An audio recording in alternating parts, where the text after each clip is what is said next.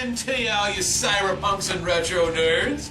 Johnny Rocket here with your host with the most, Tommy the Hammer. What up? Adam McDoogleez. How's it going, everybody? And it's the Friday before St. Patrick's Day, so we're going to drink some Irish-themed type beer and watch a little number called Darby O'Gill and the Little People. Ooh, a often forgot about piece of Walt Disney from 1959, starring a pre-007 Sean Connery. Wow. Per the usual, we're kicking off the trailer. Give it a look-see, McGee. It's the Pot of Gold, the king of the leprechauns, and the merriest band of little people in the land of enchantment. Starring Sean Connery. What kind of man are you at all that doesn't believe in the little people? An incredible journey to the Lost Kingdom. Adventure and spectacle beyond imagination. Walt Disney's Darby O'Gill and the Little People. Rated G. I thought this was a treat. I thought, visually speaking, it's an anomaly. You've got beautiful Technicolor. You've got rotoscoping, as John said. You've got set designs. You've got costumes. You've got actors. You've got song and dance numbers and just production at maximum level. Yeah, just cranked up. And you know, as we're watching the movie, I mean, there's shortcomings, but I feel like it's overshadowed by the overall joy of the film. This is a fun movie. This is the type of film. I mean, there's not a lot of St. Patrick's Day necessarily themed leprechaun movies out there, and when you think of it, you know, especially if you're from our generation, you think of Warwick Davis and the leprechaun horror films, or at least I do. That's about it, though. I found the lead actor who played Darby O'Gill, who's kind of an older guy, to be very endearing. He fit the role to a T.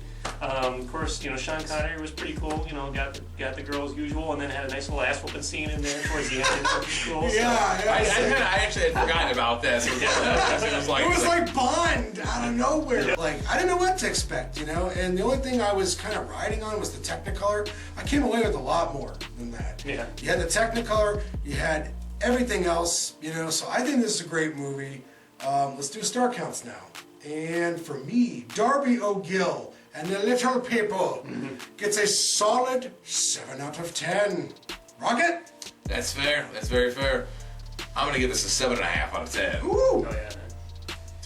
Dooley's star count, Broser. What'd you give? Yes, it struck me fair. It you know, was entertaining. I enjoyed it. So for what it was, it was 6.5 out of 10. I mean, it was you know, pretty entertaining movie. You know, great for St. Patty's Day. It's perfect, in fact. I love the not really in your wheelhouse. Not in my wheelhouse, not quite but in your wheelhouse. You know, which is why I did give it 6.5. But I still found it very entertaining. It's fair. It's fair. And I had fun with it.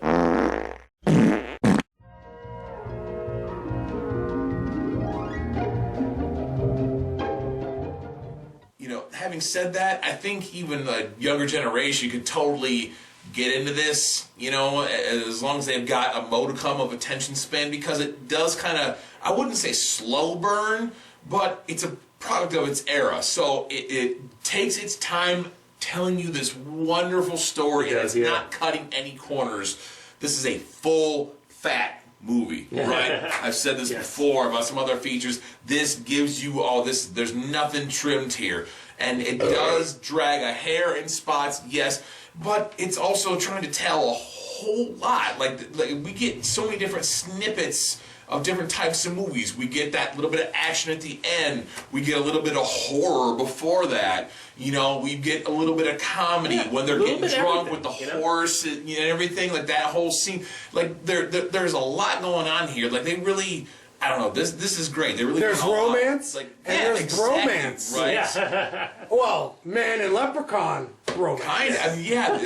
I mean, what? And it's you could funny. have totally done even more with those two, like their little battle of wits. He's like, he's a little spug, but I'm old too. Darby O'Gill and the Leprechaun King. Yeah, you know, he thinks he's got something. You know, he can, trick this king of the leprechauns into actually getting him what he wants. You know, so it's I don't know. It's a lot of fun to watch.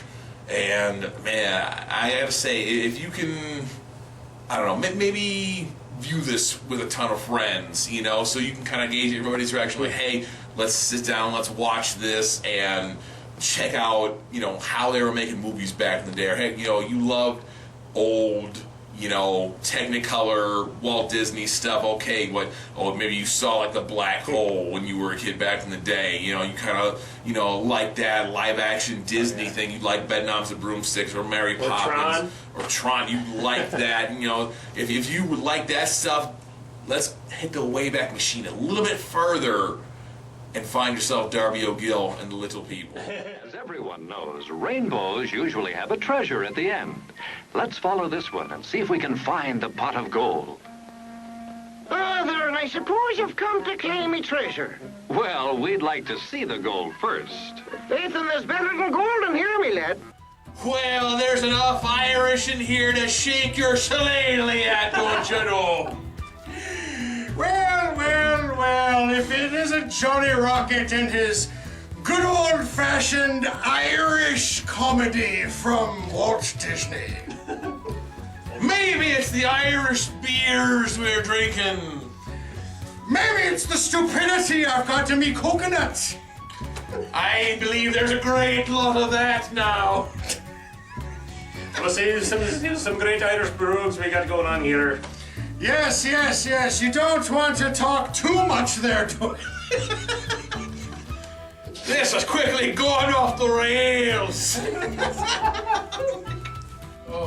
How many more horrible Irish phrases and accents can we know? It's the banshee. The banshee. There is a banshee in this film, though. And they fucking get on all their little horses and take off out of there like. Bunch of little leprechauns riding a bunch of little horses. There was a stampede of leprechauns. It was wild. My mother loved that scene. Yeah, where else back can you in the see a day. stampede of leprechauns? I mean, Leprechaun-sized horses. Like, that was just, I don't know, so much good stuff in this film. Gotta watch it. Gotta go get this one. This is definitely worth it, especially if you're out of, you know, St. Patrick's Day type movies, which you probably are at this point if you're into films. So, lucky the Irish is with this movie. shit, maybe you haven't actually seen this one and we're just a bunch of assholes. I don't fucking know.